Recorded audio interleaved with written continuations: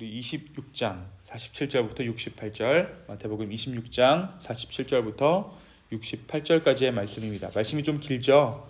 말씀이 좀 긴데요. 오늘 이 말씀을 읽어내려가는 것이 조금씩 천천히 우리가 읽어내려가는 것이 예수님의 마지막 길을 따라가는 가장 좋은 방법인 것 같습니다.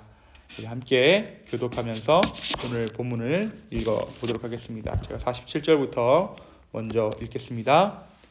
말씀하실 때에 12 중에 하나인 유다가 왔는데 대제사장들과 백성의 장로들에게서 파송된 큰 무리가 칼과 몽치를 가지고 그와 함께 하였더라.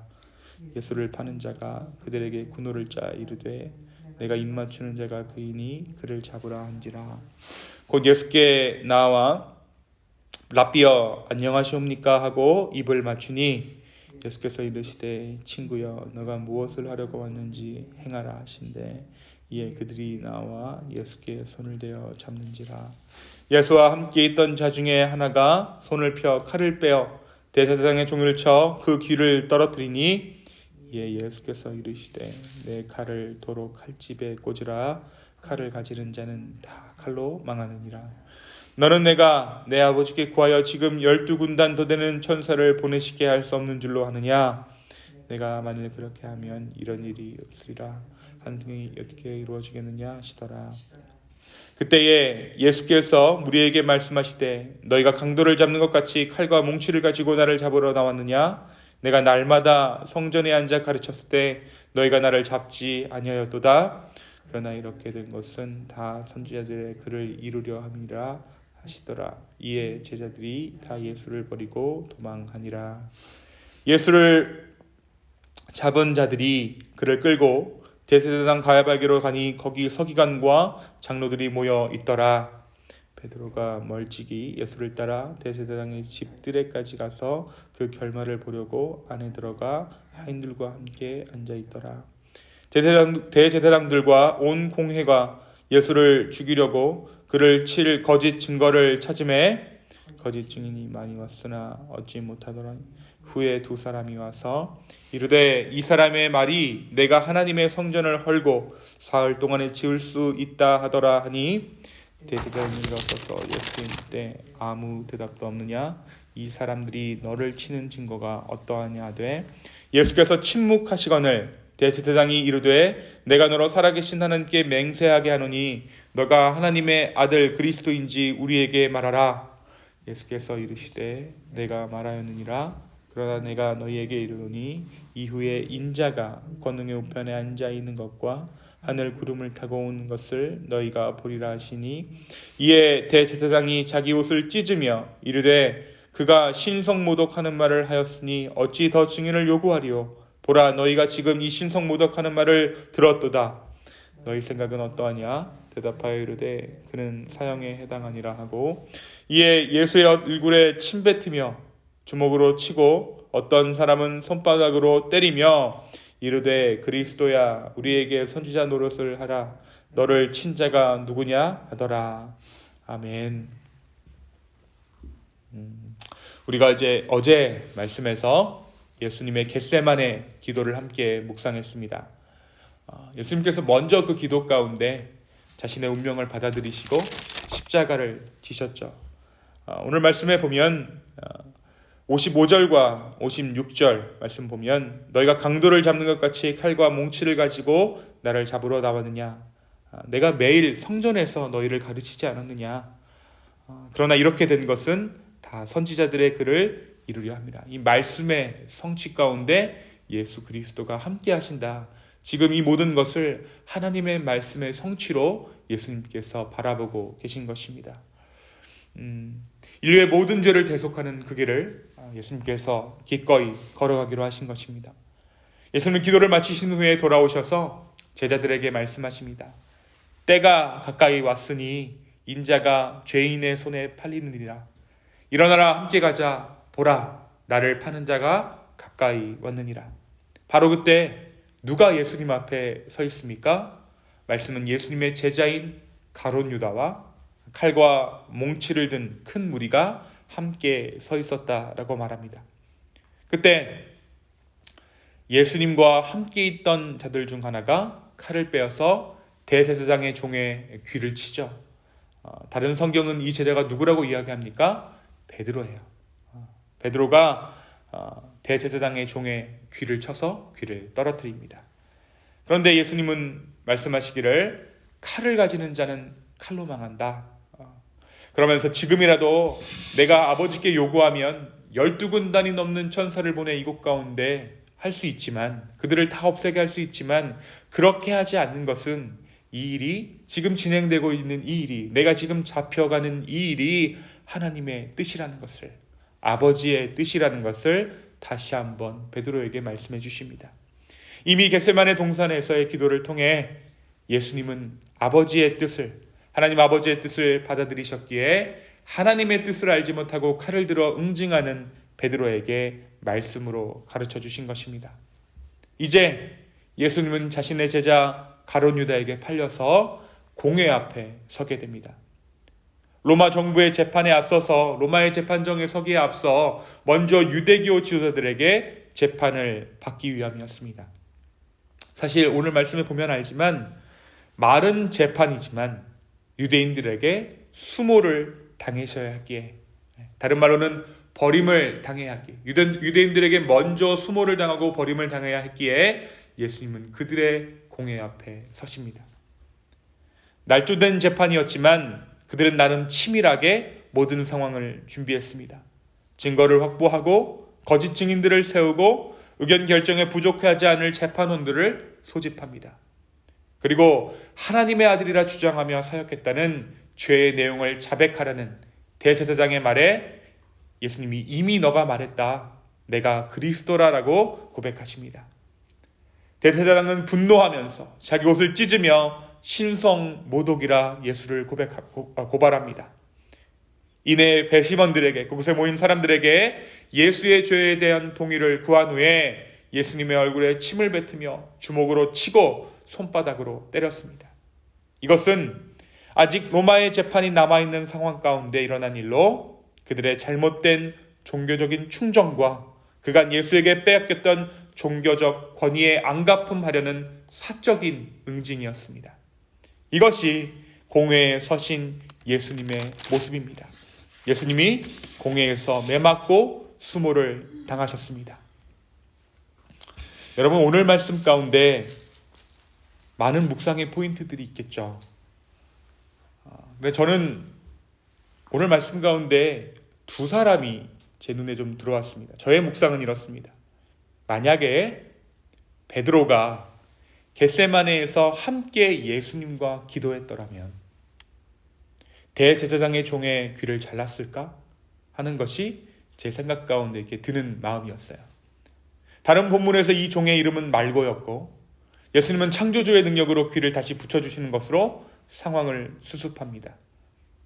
예수님의 능력이 베드로의 섣부른 행동으로 인해 다시 한번 드러난 것이죠. 베드로는 지금 이 모든 일들이 하나님의 섭리 가운데, 아버지의 뜻 가운데 일어나는 것인지 알지 못했어요. 그래서 결정적인 순간에 어떻게 합니까? 칼춤을 춘 것이에요. 겟세마네 동산에서 예수님과 만약에 그가 함께 기도했더라면 하나님은 예수의 수제자 베드로에게도 아버지의 뜻을 말해주었을지 모를 일입니다.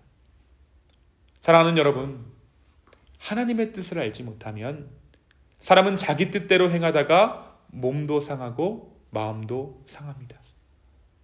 베드로가 할 수 있는 처단은, 베드로가 했던 이 일은 인간이 할 수 있는 가장 최선의 복수였고 응징이고 대응이었지만 인류를 구원할 십자가의 길을 막아서는 행동이었어요. 우리 역시 하나님의 뜻을 알지 못하면 작은 전투에서는 우리의 능력으로 승리할지 모르지만, 대제사장의 귀를 자르는 정도의 승리는 할 수 있을지 모르지만, 인생이라는 긴 여정 가운데 하나님의 뜻을 알지 못하고 사는 그런 경우가 있을 수 있다라는 것입니다. 물론 그 순간순간 오늘 예수님께서 그렇게 하셨던 것처럼 우리의 상황 가운데 철저히 개입하셔서 우리의 삶을 인도해 주시겠죠. 그러나 오늘 말씀이 우리에게 무엇을 말하는가? 하나님의 뜻 가운데 거하기 위해서는 우리가 기도해야 한다는 것입니다. 우리가 기도하지 않으면 인간적인 마음이 앞서게 돼요. 인간적인 해결책이 앞서게 되고 마음이 성급해집니다. 기도하지 않았기 때문에 더욱더 그렇게 돼요. 내가 그 결과를 보지 않기 위해서, 하나님의 최악의 결과를 보지 않기 위해서 내가 먼저 수쓰고 내가 먼저 수습하려 하는 그것이 바로 우리가 기도하지 않았을 때, 하나님의 뜻을 구하지 않았을 때 우리의 인생 가운데 드러나는 그러한 일들입니다. 사랑하는 기쁨의 교회 여러분, 오늘 말씀 가운데 우리가 다시 한번 기도의 소중함을 깨닫게 됩니다. 하나님의 뜻 가운데 거하는 것을 우리가 다시 한번 보게 됩니다. 성령 하나님께서 우리의 삶을 주장하시기를 원합니다. 예수 그리스도께서 우리의 삶을 온전히 인도하시기를 간절히 간구하는 이 아침의 기도 시간, 이 아침의 묵상 시간 되기를 예수 그리스도의 이름으로 축원합니다. 또한 예수를 팔아넘긴 자가 가룟 유다라는 것이 세상 눈에 들어왔어요.